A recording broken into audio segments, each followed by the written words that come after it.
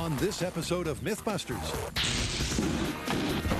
we expected something and something happened. Adam and Jamie have a movie myth they were born for. Can a gas leak and a magazine in a toaster But in a little bit, it's not going to be very happy in here. make a room go kaboom? I love running for safety. Then, I'm starting to get a little nervous. Cary, Grant, and Tori tackle the tall tale of blue ice. That is incredible.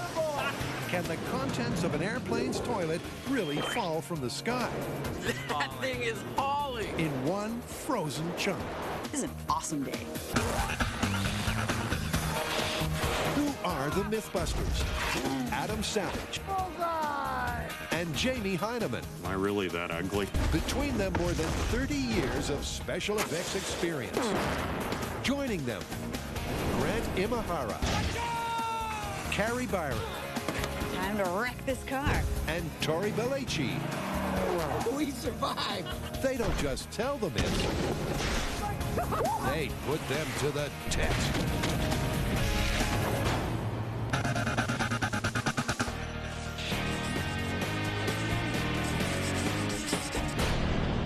Have you seen The Bourne Supremacy? I love that movie. I love the whole Bourne trilogy. Have you got a myth from Supremacy we can test? There's a scene where Bourne broke into an apartment, and he knows the bad guys are coming, so he has to make an escape. What he does is he breaks the gas line where it goes into the stove to let the gas flow. He grabs a magazine, shoves it in the toaster, sets the toaster on, and 20 seconds later, when the magazine sets on fire, the whole apartment blows up. And so Bourne makes his escape. That's like perfect for us to test. I think I have a pretty good idea where we should start. Okay, but before you tell me, I actually want to demonstrate how much I love the Bourne movies. You know, I collect movie props. This is actually Jason Bourne's red bag from the Bourne Identity in the wastebasket from the Swiss bank. Not only that, it's actually full of all of the props that were actually in that bag in the film. All his trinkets and even his stud pistol. It's made of rubber. Isn't that cool? We need to find out whether a magazine would actually set on fire when it's put in a toaster. Okay. There are 3 ingredients to this Bourne-style getaway: the toaster, the magazine, and the natural gas. And first in the mix are 1 and 2. How long does it take to toast a magazine? You ready? I'm ready. All right. The guys start the clock using a magazine like the one in the movie and a toaster rigged to stay on. You know, in the movie, it was already on fire at this point. As it turns out, toasting a magazine takes a little longer than the 20 seconds of the film. Oh, 3 minutes over schedule. I think we're really close. In fact, it takes over 12 minutes before they get ignition. Hey, we got fire! Ta-da! Remember, kids, we're professionals. So, reality is 12 minutes versus the movie's 25 some odd seconds. Hey, we got fire! What do you think? Well, what I think is that this magazine is a worst case scenario because look how thick those pages are. And magazines are all different shapes and sizes. So you think we should try a whole bunch of different kinds of magazines and see if they have different rates at which they catch on fire? Exactly. I love it. Let's do it. Lots of toasters now. It's clear the real-world magazine doesn't light up like its movie counterpart. So now the MythBusters are on the trail of a best-case scenario. In order to cover our bases here and working up the theory that different types of magazines composed of different kinds of paper are going to catch a light at different rates, we're about to put a half dozen of them to the test. Everything from our original magazine to something much harder to catch on fire, comic book, something that'll probably catch on fire in like seconds. We're gonna put one in each of these toasters, start this timer, and log how long each of them takes to catch a light. What could be more fun? Well, with the 6 magazines in place, let the char grilling challenge commence. We're experimentally doing something that should just never, ever be done. I like that. Oh, flame. Number 3, 1 minute, 40 seconds. This time around, it seems the contenders are a little quicker to toast. 2:20. Yep. Here we go. Number 4, 3 minutes, 15 seconds. Oh, number 1, 3 minutes, 20 seconds. Let's listen for that sound. There we go. There it is. 4 minutes, 36 seconds. And finally, bringing up the rear There it is. the original magazine at 12 minutes. As we suspected, it does make a difference what kind of magazine is stuffed in the toaster. The best case scenario is something that amounts to common newsprint, but even that took about 3 times as long as what it did in the movie. Interesting. So it's clear that even with the best case scenario magazine, toaster ignition takes a lot longer than the 20 seconds it took Bourne. And now to test the next ingredient of this explosive combination, the methane. Now, methane here is a natural gas, and it's most of what comes out of your stove at home to cook with. It's a flammable gas, but it's not flammable on its own. It actually requires a certain amount of oxygen out of the air in order to burn. How much oxygen? Well, that actually turns out to be a very particular relationship. The relationship of oxygen to flammable gas is called stoichiometry. To create fire, it takes heat, fuel, and oxygen. And when it comes to flammable gases, the amount of fuel to oxygen is a complex relationship called stoichiometry. Too much fuel or too little, and there'll be nothing close to a flame. But get the perfect mixture, and you get an explosion. Now, according to the movie, it took Bourne 20 seconds to get that explosive ratio of air to gas just right. So now the MythBusters are dialing in to find out exactly what it is. We know that if we're going to get methane to burn, we need a ratio of between 6 and 17% fuel to air. The ideal range is about 9% methane and the rest air. What we don't know is what that actually means. Does that mean if we are a little off, we get sort of a woof, but if we get right at the 9%, we're getting a real strong bang? Before we go full scale, we want to really know what we're doing. So what we've done is make a 10-inch by 10-inch by 10-inch cubic box, and that'll allow us to really easily dial in on these ratios to see what it means. And while Jamie is boxing, Adam has the ratios in the bag. One of the ratios I want to play with is 9% flammable gas to air. This bag holds 9% of the volume of this chamber. I will fill it with gas. I will then hook it up to the chamber, open up both of the valves, press the gas into the chamber. I'll be displacing air that comes out of this little hole right here. Seal it up, walk away, ignite it with a neon transformer, and see what happens. Adam's bags will help the guys zone in on exactly what ratio of methane to air is explosive.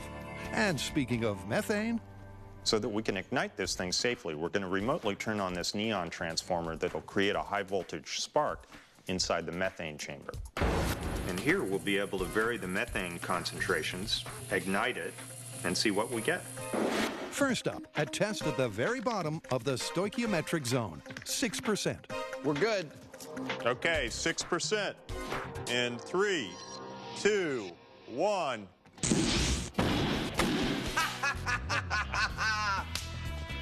We expected something and something happened.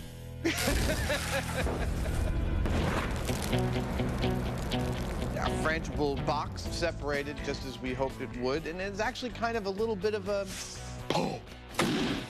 I was expecting a little more from an explosion, and I'm interested to see if our optimal stoichiometric ratio gives us that.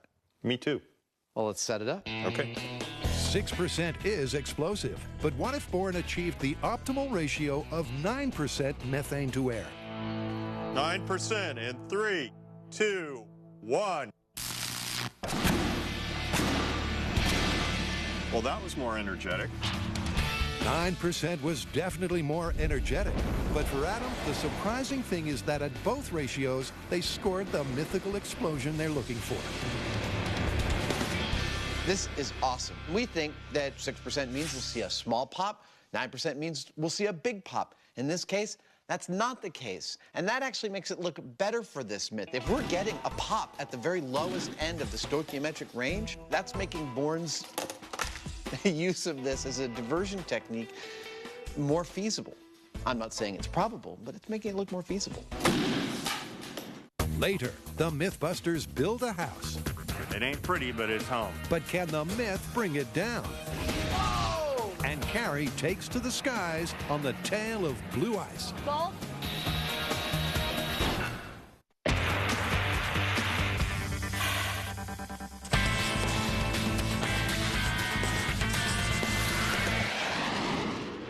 you're looking excited. That's because we have a myth that's spectacular, gross, and challenging all wrapped up into one. What's the story? It's the one where the pilot jettisons the contents of an airplane toilet, which promptly freezes at altitude and turns into a deadly projectile. Ah, you're talking about the myth of blue ice. Exactly. When mysterious substances of suspect origin fall from the sky, urban myths are sure to follow. And the conspiracy theory that has the message boards in a spin is the infamous blue ice. And here's how it happens. On a bright sunny day, a passing pilot supposedly jettisons the contents of the toilet's tank. And apparently at high altitudes, the sub-zero temperatures freeze the liquid into a damaging and disgusting missile. All right, we know a little bit about airplane toilets because we did a myth on them. We know for a fact you can't get sucked into them if you're sitting down. And we know the reason why it's blue is because they use that chemical to cover the smell. But what we don't know is what happens to the waste. Yeah, can you actually eject the contents in midair? I guess this is where we start. So first up, Carrie hits Stockton Airport to find out when and how a pilot dumps his waste. So you're an airplane technician. What do you think of our old blue ice myth? Well, Carrie, as you can see from this cockpit, there are thousands of buttons and switches, of which none are labeled dump the toilet. Which is bad news for the myth. But if the pilot can't jettison the John mid-flight, is there any way the liquid blue waste can escape? Failure of components. So there could be a mechanical problem that causes blue ice instead of the pilot. Yes. Like with most systems on an airplane, there are redundancies, and with the lab, it's no different. Yep, there are 3 fail-safes that have to be breached in order for the liquid to leak.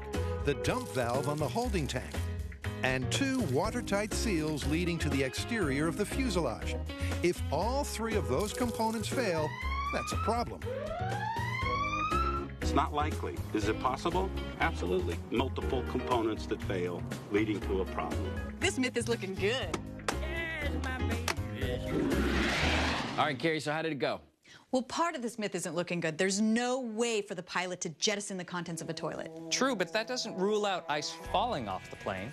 That's right. There's still 2 scenarios that could happen. There could be a major malfunction that leads to either all of the contents coming out at once, freezing and falling to Earth, or you could get a nice slow leak that created an ice ball. Now the question is, how are we going to test them? Actually, we've been talking to our friends at NASA, and they've agreed to let us use their icing research tunnel, which can simultaneously duplicate temperatures of -20 degrees and wind speeds of up to 250 knots. That is the perfect conditions for high altitude. Well, it sounds like before we leave, we're going to have to build a leaky airplane toilet. Now, this myth is about airplanes, but in order to test it, we don't need to build a full airplane. All we need to do is make something that has similar aerodynamic properties. So, this is our design. And this will have low drag and a place to leak, which are the most important things.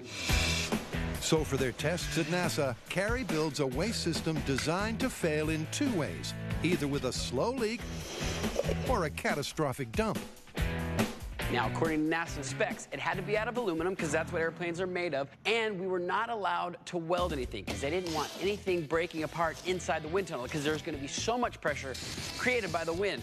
So we had to drill and rivet over 600 rivets to put our airplane together. And what we have right here is our valve. This is what we're going to have hooked up to a water tank, and we're going to be doing 2 tests. One where we dump the water completely, and then one where there's a slow leak to find out, can you grow a chunk of ice on the side of a plane? Jason Bourne knows how to make an explosive exit. But could a magazine in a toaster really toast a gas-filled apartment? After getting to know their enemy in the shop, the guys are ready to go full scale.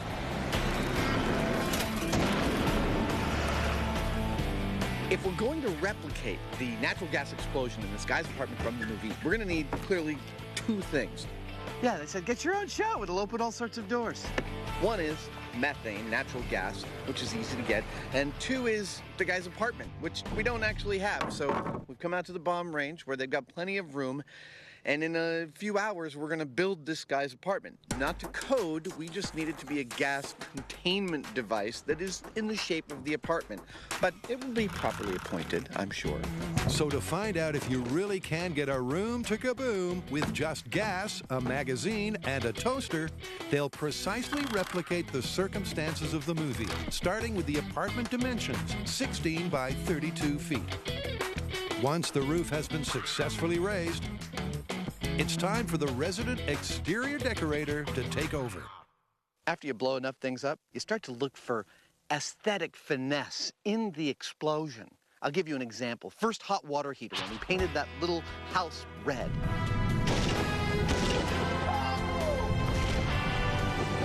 Look at that, isn't that beautiful? So we're gonna give the same treatment to this thing. We're gonna paint the outside a lovely orange so that when it finally blows up, the high-speed shot will be especially gorgeous. Well, it certainly will be explosively tangerine.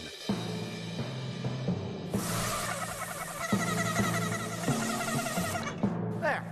I wouldn't call it livable, but I'd call it blow-upable. It is blow-upable, and the final finishing touches are to furnish it before they step on the gas.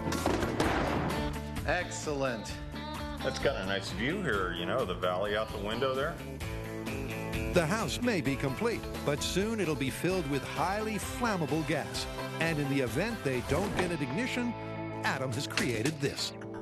What I've got here is an exhaust system so that I can evacuate the gas from this room. Because one of the most dangerous things that could happen to us in this experiment is nothing.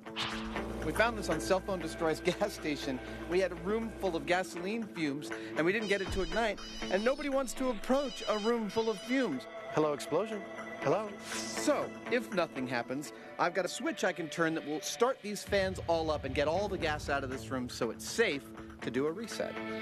I think that's the last piece of the puzzle. I'll get to a safe location. And that's not the only safety precaution they're taking with this test. This is our methane outlet, which has tinsel on it, which we will be able to see moving if gas is coming through here on our remote camera.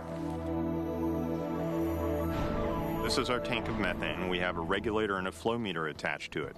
Now, this rig is set up to give us the same kind of input of gas into our house as you would normally have in a domestic gas line going into an apartment. Now, this valve here I have with a line attached to it that goes to our bunker.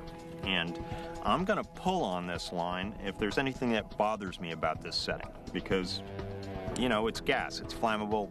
If there's something we don't like, we want to be able to shut it off. From this distance, I can safely pull the plug if there's something I don't like. The list of things Jamie doesn't like may be a long one, but if the explosion of the movie is anything to go by, putting this myth to the test could be very dangerous. Well, shall we get started? Yeah. After you.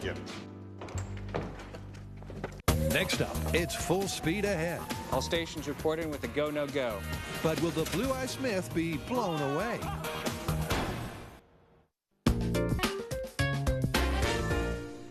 Carrie, Grant, and Tori are tackling the infamous tall tale of blue ice. Can a leaking toilet midair lead to a deadly chunk of ice down there? To find out for sure, Wow. Tori and Grant touch down in Nerd Nirvana. All stations reporting with a go, no go. Now, Roger, prepare to release the geek. Okay. Because this place has a heap of hardcore hardware. This massive fan is the heart of NASA's icing tunnel. It's powered by a 5,000 horsepower direct drive electric motor. It has 12 individual custom fan blades for a diameter of 25 feet. It's capable of generating wind speeds over 300 knots. And that's only half the equation. This is the other half of the equation, the icing tunnel itself. The wind comes rushing through here, refrigerated to minus 20 degrees Fahrenheit. Those are the spectacular specs. And now, to put them to good use. The way we're going to test this is we're going to stick our section of fuselage into their wind tunnel. Does this mean I'm the R2-D2? Oh, boy. And recreate the same wind speeds and temperatures that you would find at altitude. Then we're going to create a leak inside the valve. Let it sit there and see if those conditions will cause that blue liquid to form into a chunk of ice. Remember, there are 2 leaky valve scenarios the team will test. And first up is the catastrophic dump. We have our model in position. We're ready to go. All right, fire it up. All right, let's go. Fire it up. Maximum warp. Oh, sorry, I just made that really We're geeky, trying to didn't make I? science cool, dude. Here we go. And for cool science, let's make it so. The fan winds up, whipping up a 290-mile-an-hour wind speed. Then the heat exchanger drops the air temperature to a high altitude minus 20 degrees Celsius. Our model is holding together perfectly. Then they're ready to pull the pin on the catastrophic failure test. Will the blue liquid instantly freeze into a chunk of blue ice? So this is full tanked up in 3, 2, 1, go! Oh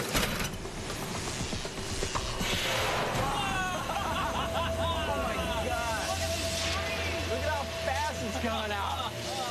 That is awesome. As soon as the liquid exits the aircraft, it's ripped away by the shearing force of the wind. And despite the bitterly cold air temperatures, it's unable to form the mythical slice of ice. So behind me are the results of our complete release test where we dumped the entire contents of the waste tank. Now, it didn't atomize all the way because you can see some of it formed on the surface here, but it also did not form one big chunk that could fall on someone. Yep, although most of the blue waste was vaporized on contact with the wind, some did form a thin layer, just not enough for a blue icicle. But I mean, it's incredible that we got an actual layer of ice, and pretty quickly. All right, well, let's try again, and this time have a slow leak. All right, let's see if that gives us a big chunk of ice. Once again, the NASA techs simulate the same high-altitude conditions and then sabotage the plumbing for the drip test. And once the leak is leaking... Oh, look how quick the ice is building up. The results are as astonishing as they are immediate. Dude, this is looking great, and it's blue. That is fantastic. It hasn't even been 2 minutes yet. Oh my gosh, that is incredible. The liquid moving over the surface of the aircraft is protected from the extreme wind speeds by what's called a boundary layer. What that means is that not all the air traveling over the airplane goes at the same rate. In certain areas, it actually travels a lot slower. Which creates a protective cushion where ice crystals can form. This thing is like this big. I call that baseball size right there. If that whole thing broke off, that would be just like the myth. The guys are blown away, unlike the ice. The question is, how big can it get, and will it fall off? I just can't believe how big it's getting. 20 minutes later, with a diameter around 10 inches, the blue icicle seems to have reached a size plateau. It's approaching soccer ball size. And with plenty of water still in the tank, that's not the limiting factor. But Grant thinks he knows what is. Now, an interesting thing to note here is that as the ice is getting thicker and pushing away from the skid, it's actually pushing its way out of the boundary layer. Once it exits the boundary layer, it actually hits the faster-moving air and just goes away. It doesn't allow it to freeze up, which may be a reason why the ice doesn't get really, really big. But let's see if we can get it to fall off. Let's pretend like it's at its final descent, temperatures are rising. Maybe we can get it to break off and find out exactly what happens when it does. Perfect. All right, start warming it up. It's a good theory, because as the aircraft descends and the air temperature warms, Oh, we're getting bigger chunks breaking off. surely it's only a matter of time before the blue ice barnacle becomes a blue ice missile. -7 degrees. And as it turns out, when the wind tunnel conditions match those of an altitude of 12,000 feet, we have liftoff. That thing blew up in one giant chunk. Wow! Dude, that was perfect. This myth is starting to look very, very believable. Yeah, but you know what the next step is? What happens to the ice after it falls off? I can't believe it. Coming up later. Oh, we're burning this building down.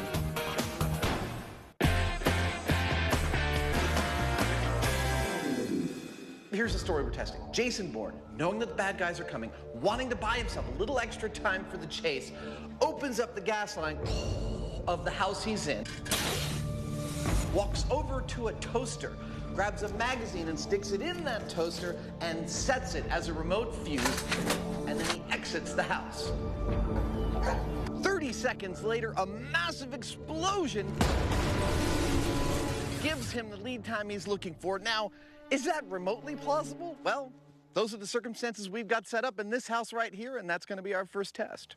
In other words, this test will be exactly like the movie, but with one exception. According to our testing, it actually takes about 2 minutes for the toaster to set the magazine on fire. So that means that we've had about 4 times the amount of gas going into the room, and that 2 minutes is what Bourne had for the whole house to blow up. Now, that 2 minutes, in our case, is only allowing about 7 cubic feet of methane to go into the house, and it's rising towards the roof. Meanwhile, our source of ignition is about 15 feet away. I don't expect to see any kind of explosion at all. And that's down to stoichiometry. In theory, for a room this size, 7 cubic feet of methane will be too low a concentration to ignite. All right, I'm ready. Okay, Adam, go ahead and turn on the gas. Copy that. But this is MythBusters, and it's not a fact until you test it. It's pretty eerie watching flammable gas go into a room in which we've started a fire. Or are about to. Oh, I see some fire. Fire, great. All right. The magazine may finally be on fire, but the methane is not igniting. Oh man, that toaster's totally burning. And even after a further 60 seconds, there's still no hint of a Hollywood blast. Gas is off. Starting up the fans to evacuate the room. That was cool. That was very cool. I was a little tense. Flammable gas, a fire, no boom. No boom. So it's time to send in the MythBusters Fire Brigade. Oh, yeah. There's your problem. So we replicated all the circumstances for Bourne's evasion technique, and it totally didn't work. I think that's a pretty clean busting of the myth.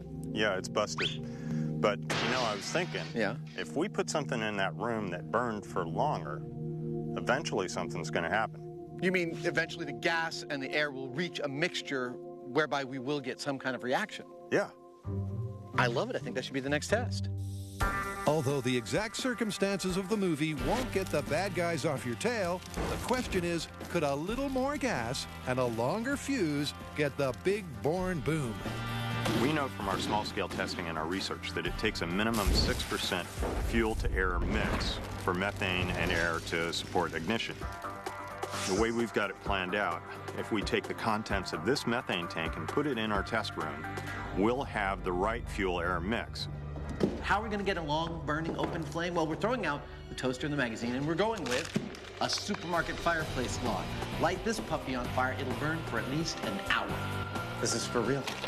The log will burn while the gas builds to the 6% ratio. That's it.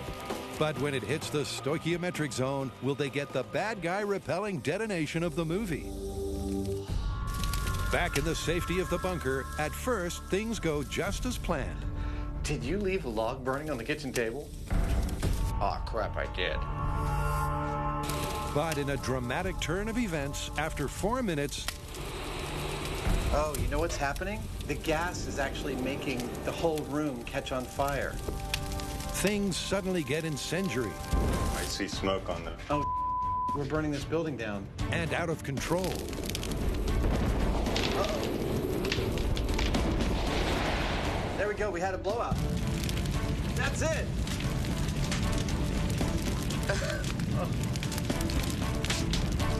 Well, I don't know if we're putting this building out. Oh, we should get up there with the hose. All right, let's turn off the gas. Gas is off. The MythBusters initiate the safety protocols Watch out. and cautiously approach their apartment inferno. Don't go in. I'm not seeing any flame. There's the hole we blew. It may not have been the blast of the movie, It's a horror show in there. but the methane sure made a mess of the apartment. So all of a sudden the fire's going up and reaching the ceiling. You can see smoke coming out of the top. And then the mixture hit the bottom of the stoichiometric range and we saw this whomp across the whole room. I'm seeing broken glass on a bunch of windows, on the back double doors. It's clear that we got a significant reaction, but nothing close to what we saw in the movie. Nothing close to a kaboom, but certainly enough of a conflagration to distract the bad guys. It's really clear from all the melted plastic in there, and even our exhaust fans melted. It got super crazy hot in there very quickly. I mean, just the whole room was absolute. I didn't even know what temperature could be at, but it was really hot. But you know we're not going to leave it there. No. Next, I think Carrie's going to scream her head off. She may potentially pee her suit, but I think that block of ice is going to land on the ground in one big chunk.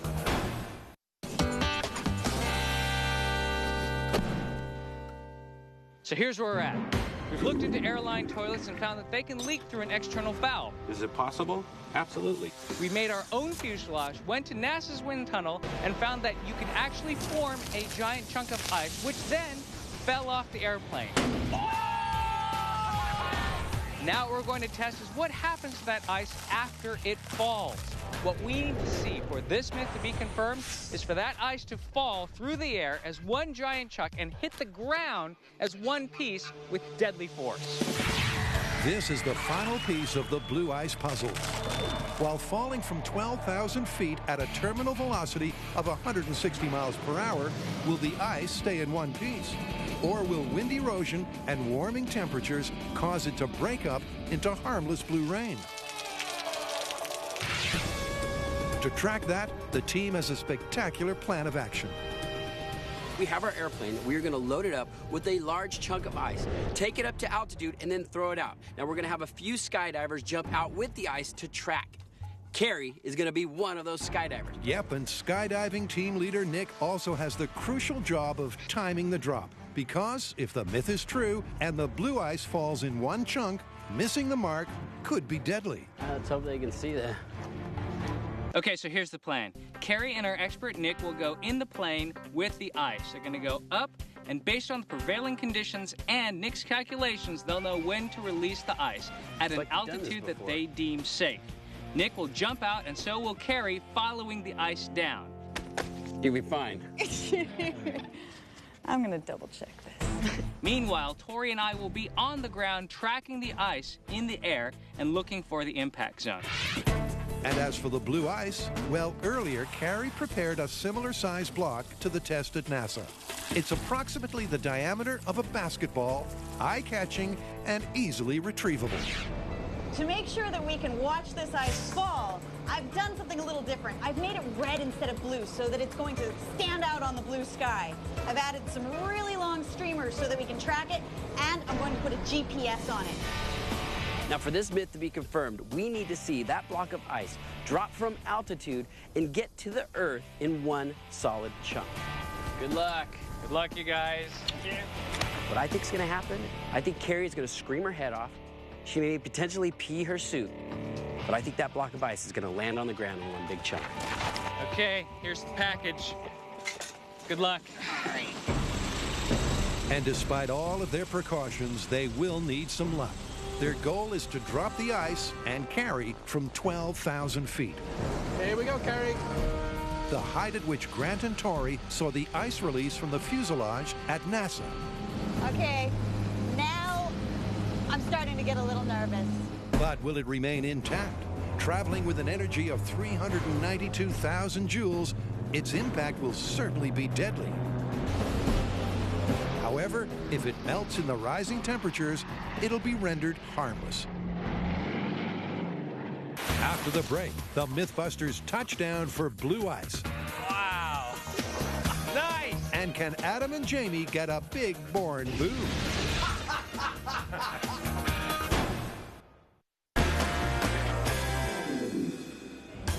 At 12,000 feet, Carrie and her free-falling friends are preparing to deploy their blue ice cargo. All I gotta do is look at the ice. One job. But will it break up on descent? or have the devastating impact internet reports claim. Oh boy, this is it, huh? If the team misjudged the timing of the drop by even a second, a 35-pound projectile traveling at 160 miles per hour could crash through a neighboring house. But that's only if the ice actually stays in one chunk. If it breaks up, the only thing busted will be the myth.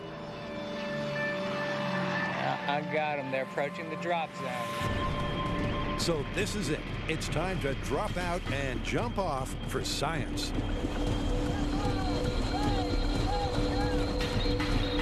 Okay, the ice is away.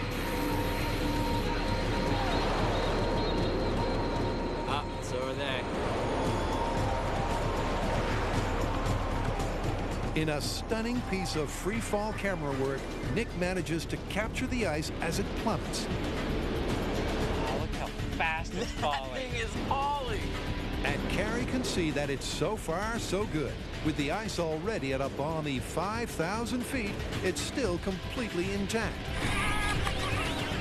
Look, it's standing in one chunk. Dude, that's crazy. But will it stay that way as they enter the final few thousand feet of descent? I see the ice right there, and it's that near the target. That's great.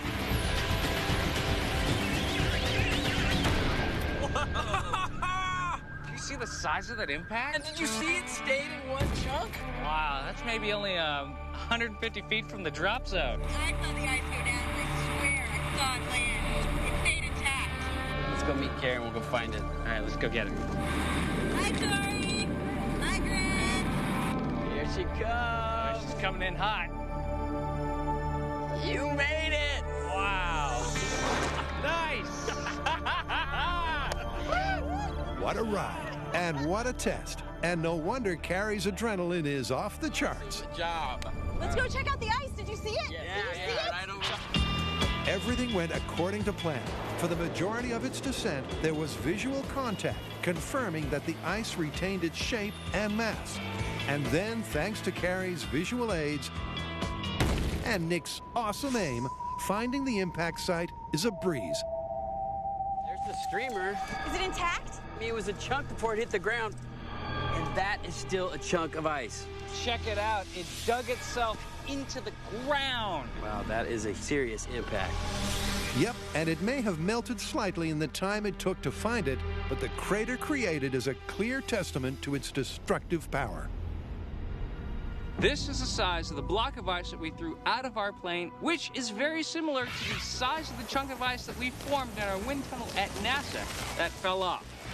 That block of ice reached terminal velocity very quickly, and it left a sizable impact crater. And what's more, it stayed pretty much intact all the way down to impact.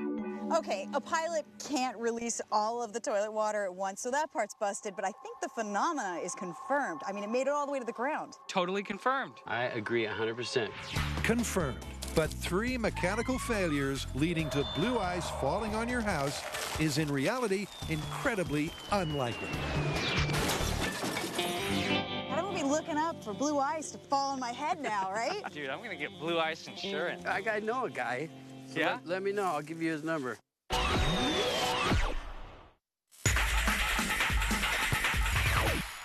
At the MythBusters mansion, they've been renovating Bourne style. No boom. However, the myth as it appears in the movie is busted. Uh-oh. But it ain't over until the man in the beret gets a big Bourne boom. So next, they're upping the ante with more gas. Now, when we empty this tank into that house, that means that we'll have just over 9% methane to air in there. And that happens to be the butter zone for an explosion. The guys know from small scale that 9% netted them the most energetic boom. But this is large scale. Will this test rip apart the apartment Bourne style? Before they blow it up, they need to spruce it up. We've swapped out all the windows and doors. All these holes that got warped and opened, we're gonna actually lay in a bunch of stripping. We've probably tripled the cohesive strength of this building, and that ought to give us just the boom we're looking for. Jamie's known for how he handles his fans.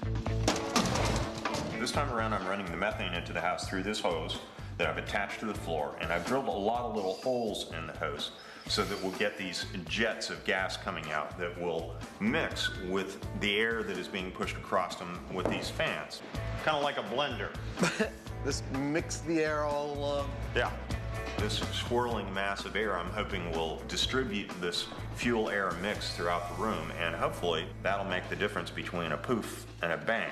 Jamie's fantastic method will circulate the methane throughout the apartment. And with the dangerous ratio of 9% gas to air, they'll need something more sophisticated for ignition. We've brought back out the neon transformer from the small-scale testing with the addition of a little piece of paper here. Go ahead and plug it in. We're going to be able to set a fire exactly when we want to set a fire. Exactly when they achieve the Goldilocks ratio of 9% methane to air. Fans are rolling. That's the last piece of the puzzle. Shall we get to a safe place and go boom? Yeah. Awesome. Let's turn on the gas. Okie dokie. All right, we got about 5 minutes. Let's get to the bunker. Fire in the hole. Hopefully. Actually, I think they need a new signal for us. It'd be like, fire in the hole! Hopefully. Fire in the hole! Hopefully. Hopefully is right. The precise stoichiometric ratio should be enough to detonate their apartment. So our fire starters take cover as the methane fills the room. We're down below 20 cubic feet per minute, and we're about 100 psi. So I'm thinking we should go whenever you're ready. All right. With the room filled with 9% methane, will this finally yield the Hollywood blowout? All right, here we go. Ideal gas-air mixture, born explosion in 3, 2, 1. Oh, yeah!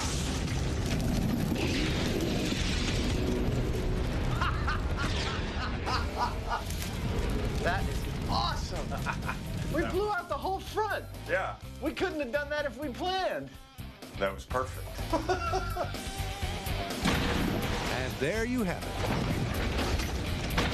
One magnificent, made-to-order apartment explosion. But unlike the movie detonation, this one is polite enough to put itself out. Well, almost. I hope this is a cautionary tale what happens when you mix MythBusters with science. Okay, here's the thing. While that was fairly exciting, I mean, we blew out the wall, I want to point out that we didn't break any glass. There was no bang. It was a whoosh. And that's something entirely different than what we saw in the movie. The fact that this was an ideally mixed mixture with fans and everything in the exact quantity, and that's the best we could do, kind of tells you what the real deal is. It's not what the movie showed. Clearly, we were born for this job. Yeah, but it's kind of too bad. That was a nice view in that house.